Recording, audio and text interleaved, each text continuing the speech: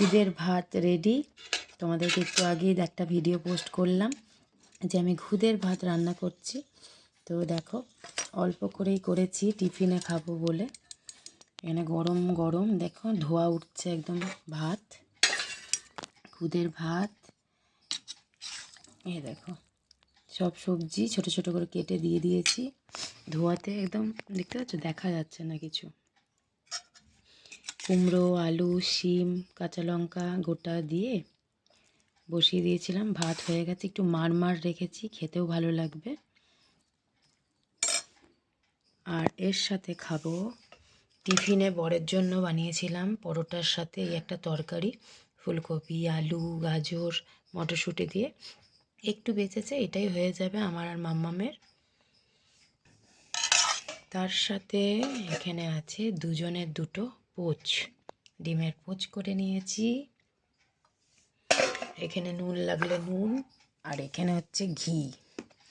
এটাই হচ্ছে আজকে আমাদের ব্রেকফাস্ট। চলো তাহলে বেড়ে নিই।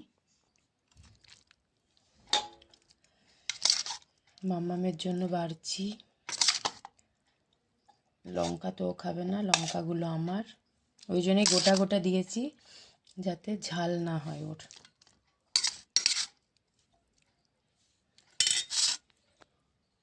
এটা আমার হয়ে যাবে। এখানে ঘি নেব,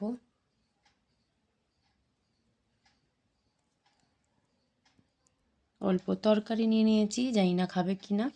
এটাকে মেখে ওকে খাওয়াবো।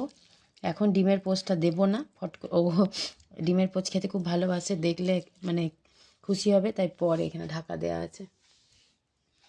তো চলো তোমরা কে কী আজকে ব্রেকফাস্ট করলে জানিও।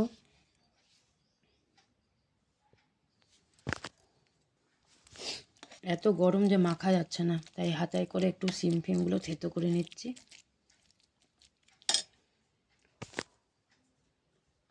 মুখে খেয়ে তাহলে নুন বলবো।